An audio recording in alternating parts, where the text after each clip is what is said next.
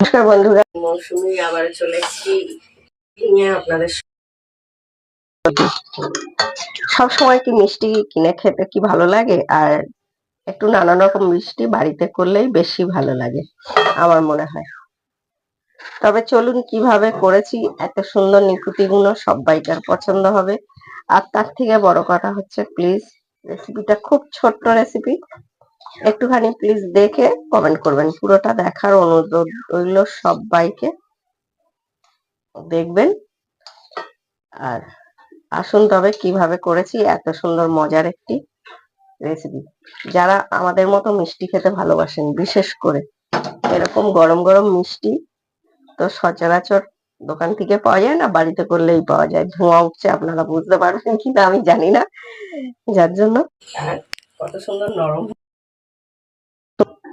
খেতে তো পারবো না এখন, মুখে দেয়াই যাবে না, কারণ হচ্ছে প্রচন্ড গরম। সবে নামিয়েছি আমি, বলেছিলাম ঢাকা দিয়ে রাখতে হবে 30 থেকে 40 মিনিট। বলি গরমটাই আপনাদের সঙ্গে একটু শেয়ার করি, কারণ এরকম গরম মিষ্টি দোকান থেকে আমরা পাবো না।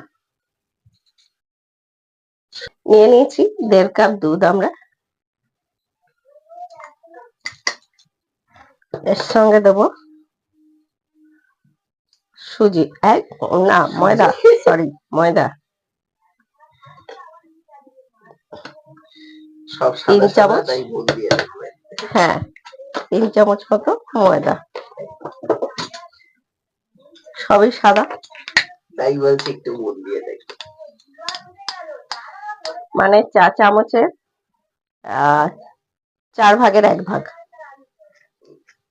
চিমটে হচ্ছে বেকিং সোডা, বেশি নয়। এই দেখুন আমি আঙুলে করে দিচ্ছি, একদম 1 চিমটে। ভালো করে দেখবেন, না হলে কিন্তু হবে না। আর দেব ঘি।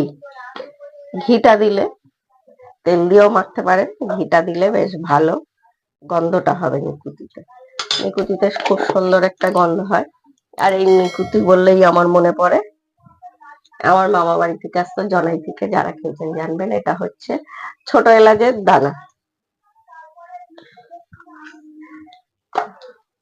দিয়ে ভালো করে আমরা এগুলো কিন্তু মিশিয়ে নিতে হবে খুব ভালো করে। বলছিলাম জনায়েতে মামা বাড়ি, ওখান থেকে আসতো, ওখানে জনায়ের নিকুতি খুব ফেমাস। এটা একটু ভালো করে মিশিয়ে নিই আমরা, সব জিনিসগুলো যেন একসঙ্গে ভালোভাবে মিশিয়ে। অল্প অল্প জল দেবো, একদম অল্প অল্প করে দেবেন, কারণ বেশি হয়ে যেতে পারে। একটু একটু করে জল দিয়ে আমরা একটা ডো করে নেব। এটা মাখার সময় একটু চটচটে হয়ে যাবে বেশ, আর তারপরে একটুখানি রেখে দেবেন, দেখবেন চটচটে ভাবটা এই যে চলে ধুয়ে। এবারে চটচটে ভাবটা কিন্তু নেই, তাই জন্য একটুখানি 2-3 রেখে দিলেই কিন্তু খুব বেশিক্ষণ রাখতে হয় না। আমি শুধু জাস্ট হাতটা দিয়ে চলেছি। এবারে ছোট ছোট করে, একদম ছোট ছোট ভাবে ছোট ছোট করবো, যেটা অনেকেই জানে। সীতাভোগেরটা আমরা বলি বটফল।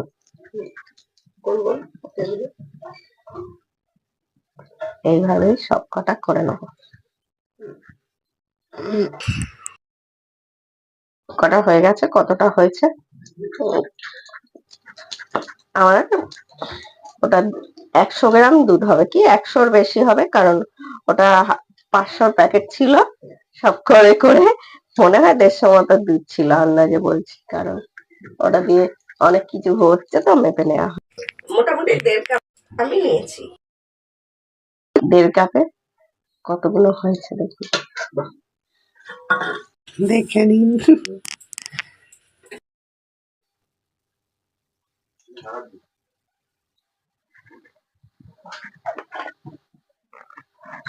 অল্প অল্প গরম হলেই দিয়ে দেবো। হঠাৎ করে মিষ্টি খেতে ইচ্ছে গেলে এমনিতেও আমাদের মতো যারা মিষ্টি ভালোবাসেন এরকম করে নেবেন। বা সামনে দোল আসছে, ভালোই লাগে, নানা রকম খাবার বাড়িতেই করবেন। আর মিষ্টিটা তো আমাদের বাড়ি প্রিয় ভীষণ, যার জন্য এটা ওটা করতেই হয়। ভাজবো, নিতে হবে।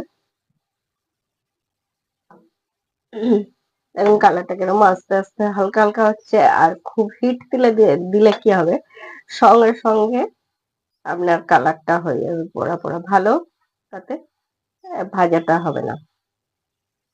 যে কোনো ভাজা করতে গেলেই একটুখানি আগুনটা মিডিয়াম করে দিয়ে ভাজবেন, তাতে দেখবেন সুন্দর ভাজা হবে। আর আস্তে আস্তে কিরম ফুলে ফুলে উঠছে দেখুন, যে মিষ্টিগুলো যেরম ছিল তার থেকে।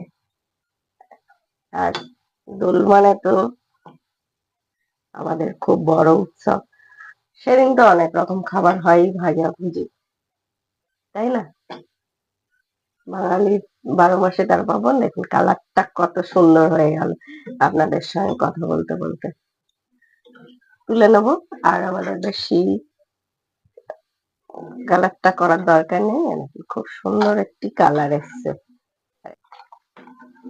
আমি কিন্তু কোনো ফুড কালার বা কিছু ব্যবহার একদমই করি না, দিয়ে দেবো আর যেগুলো আছে। আর রেসিপিটি যারা দেখছেন, দেখে প্লিজ ভালো লাগলে একটি লাইক করবেন, কমেন্ট করবেন, শেয়ার করতে ভুলবেন না। আর যে সকল বন্ধুরা নতুন দেখছেন, পেজে দেখলে পেজটিকে ফলো দিয়ে দেবেন, আর ইউটিউবে দেখলে চ্যানেলটি সাবস্ক্রাইব করে দেবেন। পাশে থাকা বেলটি ক্লিক করে দেবেন, যাতে আমার ভিডিও এলে আপনাদের কাছে সবার আগে নোটিফিকেশন যায়। আর এরকম সব রেসিপি দেখতে গেলে আপনাদের দেখতেই হবে মৌসুমী হেসেল, কারণ আমি যতটা পারি আপনাদের কাছে সহজ সহজ করে রেসিপি গুলো নিয়ে আসি। আর প্লিজ যারা একটুখানি লাইক কমেন্ট করবেন, একটু ভিডিওটা দেখে করবেন, সেটা আমাদের দুজনকারই ভালো। যে দেখে করবেন তারও দেখবেন এঙ্গেজমেন্ট বেড়ে যায় অনেকটা, কারণ ভিডিও না দেখে করলে আপনার ভিডিওতে এঙ্গেজমেন্ট বাড়বে না। তাই পাশে যখন থাকতে হবে পুরো ভাবেই থাকবেন, ভালোভাবে সাপোর্ট করবেন, কারণ শুধু না দেখে আমরা লাইক কমেন্টটা করে যাই, তাতে কিন্তু কোনো কাজ হবে না। আপনারও পেজে লাভ হবে না, আমারও পেজে লাভ হবে না। সত্যিকারের সবাই একটা পেজের জন্য প্রচুর প্রচুর খাটতে হয়, যার জন্য যদি আপনারা লাইক কমেন্টটা করেন, সেটা যদি আমার কোনো উপকার না হয়, শুধু তো করে লাভ নেই না। যারা কাজ করছি সবাই জানি একটা পেজের পেছনে প্রচুর কষ্ট করতে হয়। এটাও দিয়ে দেবো 1 কাপ চিনি। আপনারা যদি বেশি করেন সেই অনুযায়ী মাপগুলো একটুখানি বাড়িয়ে কমিয়ে নেবেন। আর 1 কাপ দেবো জল। এটা একটা চিনির শিরা করে নেবো, চটচটে শিরা হওয়ার দরকার নেই, চিনিটা একটুখানি গলে যাওয়া অবধি। আপনারা চাইলে এটায় ফুড কালার দিতে পারেন, যে কোনো food colour, orange colour, yellow colour, যে কোনো ফুড কালার ব্যবহার করতে পারেন। আমি কিন্তু এটায় কোনো ফুড কালার বা কিছু দিইনি, জাস্ট শুদ্ধ চিনিটাকে জাল করে নিয়েছি। চিনিটা গলে গেছে, তাও কোনো কার হবে না, শুদ্ধ জাল করে নেব। এবার দিয়ে দেবো, দিয়ে একটু নেড়ে চেড়ে আমরা মিনিট 5, না অতটা রস নেই যে 5 মিনিট ধরে ফোটাবো, 3 থেকে 4 মিনিট আমরা নেড়ে ছেড়ে এটাকে জাল করে নেবো। A few minutes later. কতটা বড় বড় হয়েছে, নিকুতির নয়, কত সুন্দর দেখতে হয়েছে, তাই না? এবার আমরা চাপা দিয়ে রেখে দেবো মিনিট 30 থেকে 40 মিনিট। 30 minutes later. করবেন, কমেন্ট করবেন ভিডিওটা দেখে। আর আজকের মতো মৌসুমী হেসেলের রেসিপি এই অবধি, আবারও ফিরে আসবো অন্য কোনো রেসিপি নিয়ে অন্য কোনো সময়। সবাইকার কাছে বিদায়, সবাই সুস্থ থাকবেন, ভালো থাকবেন, সবার কাছ দিয়ে টাটা। বন্ধ করে দেবো, 30 থেকে 40 মিনিট ঢাকা দিয়ে রেখে দেবো। ঠিক আছে, কত সুন্দর দেখতে হয়েছে।